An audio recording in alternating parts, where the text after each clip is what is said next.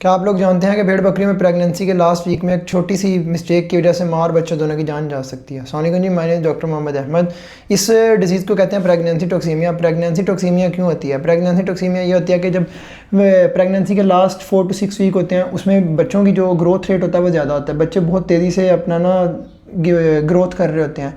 तो उस सिचुएशन में जो भेड़ होती है उसको हाई एनर्जी डाइट चाहिए होती है। हाई एनर्जी डाइट जब उससे नहीं मिलती तो वो ये करती है कि उसकी बॉडी में जो फ़ैट होती है उसको बर्न करना स्टार्ट कर देती है। जब फैट बर्न होती है तो उस केस में कीटोन बॉडीज़ बॉडी में रिलीज़ होती हैं।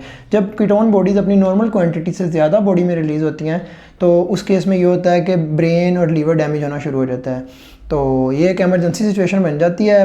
ये किन एनिमल्स में ज़्यादा होता है? या तो हो सकता है कि भेड़ बहुत ज़्यादा कमज़ोर हो, या दूसरा भेड़ बकरी जो बहुत ज़्यादा कमज़ोर हो। दूसरी सिचुएशन ये है कि वो बहुत ज़्यादा फैटी हो। तीसरा ये हो सकता है कि उस पर किसी और बीमारी का अटैक हो गया जिसकी वजह से उसने खाना पीना छोड़ दिया हो। तो अब प्रेगनेंसी टॉक्सीमिया के साइन क्या है? प्रेगनेंसी टॉक्सीमिया के सबसे पहला साइन ये है कि वो अकेला अकेला रहना शुरू कर देता है जानवर, वो हर्ड से अलहदा हो जाता है। उसके अलावा वो खाना पीना छोड़ देता है। उसके बाद ये हो सकता है उसमें कुछ सवेरिटी के बाद ये होगा कि उससे नज़र आना बंद हो जाएगा। ये भी हो सकता है कि उसे दोनों आंखों से नज़र आना बंद हो जाए या एक आंख से नज़र आना बंद हो जाए। उसके अलावा उसके मुंह से एक मीठी मीठी सी एसीटोन्स की स्मेल आएगी।